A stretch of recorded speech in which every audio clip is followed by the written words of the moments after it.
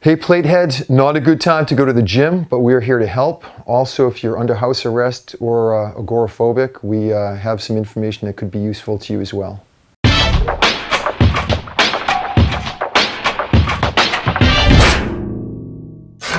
A 1970s bodybuilder, Frank Zane, he had a great saying, it doesn't have to be heavy as long as it feels heavy.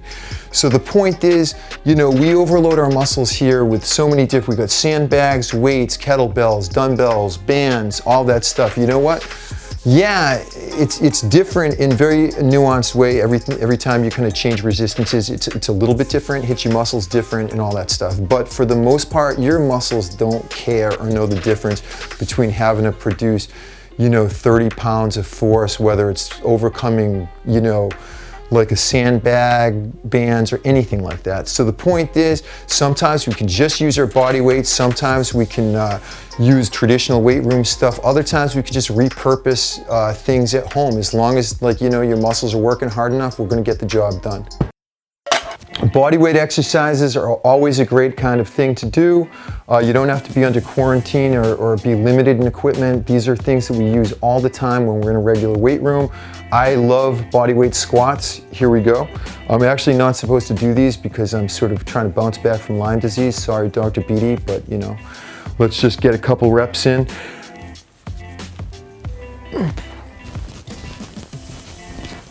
So there you have it, and the thing is, we do these exercises even with people that throw a huge amount of weight on their backs. We still find this to be useful exercise, useful tool. So this is, again, we don't need equipment to exercise. You can do some body weight squats. Again, it's not going to be the same as throwing 300 pounds on your back, but if you do really high reps of that, you're going to know you're doing some exercise.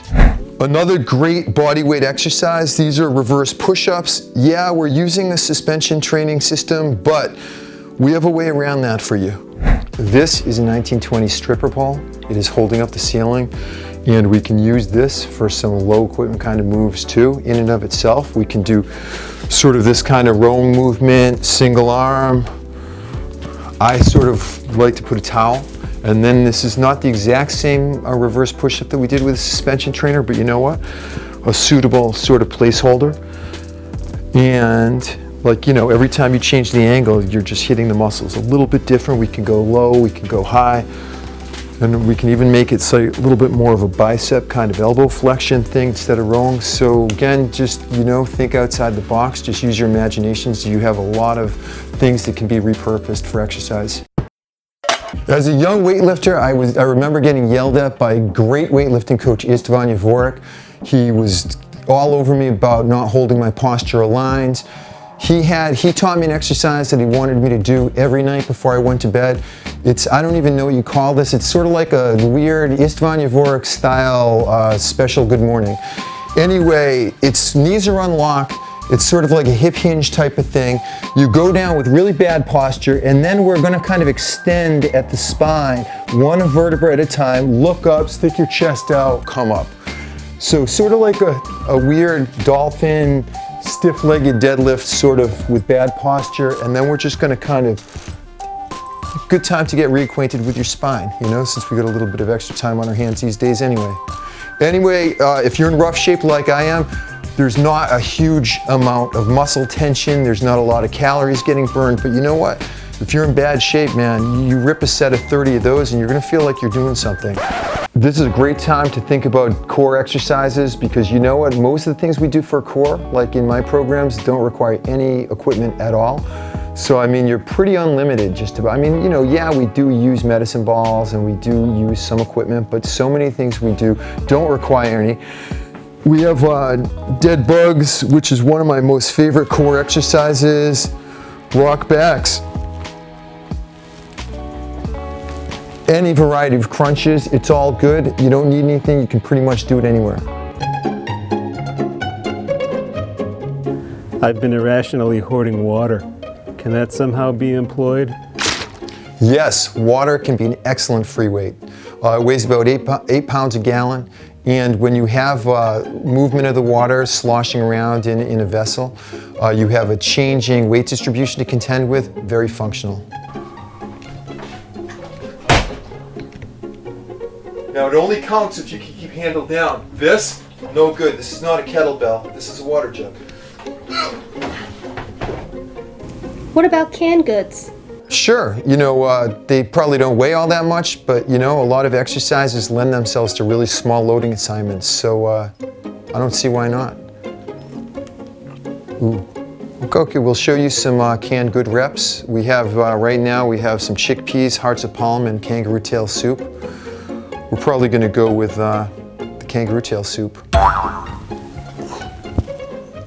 These are some huggers. This is another sort of classic prehab, rehab sort of move. It doesn't require much weight, and so the cans are good for this. Anybody that's ever been to rehab or whatever that's had one of those handout sheets, just some boring pendulums, but you know what? This is always sort of a real low, lightweight, easy dumbbell kind of move, and so if you don't have the dumbbells but you have gross soup from the 1960s, now's the time to use it. Can you strength train with bagels?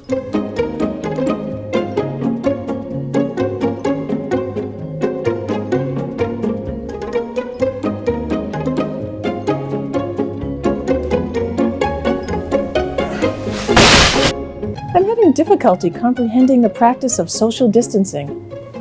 Just pretend everybody is extremely flatulent. You can be in the same general area, you just don't want to get too close. Can I use my kids or grandkids for resistance?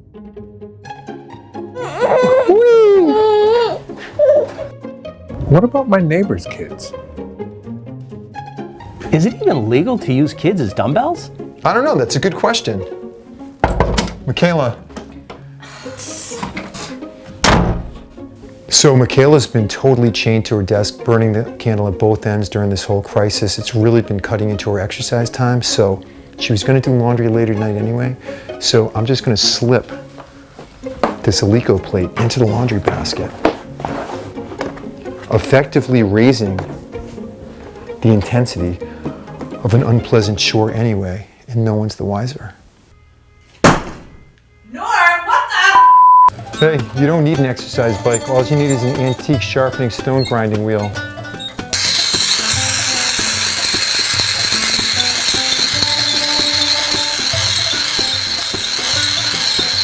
What's old is new again. Who doesn't like a nice game of Twister for some flexibility training? Everybody, left foot yellow.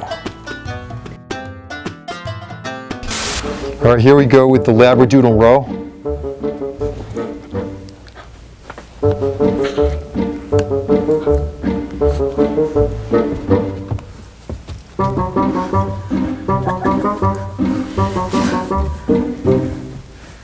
Niku, come on, play tug.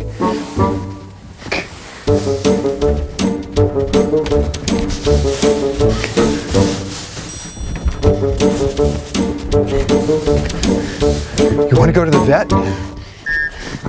Little bicep.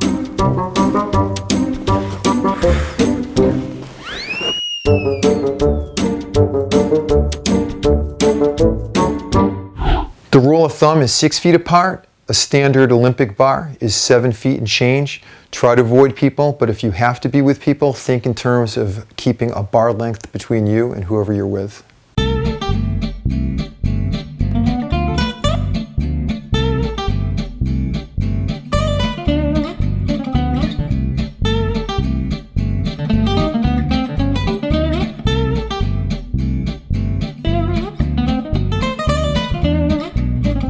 Your forearm's getting tired, babe?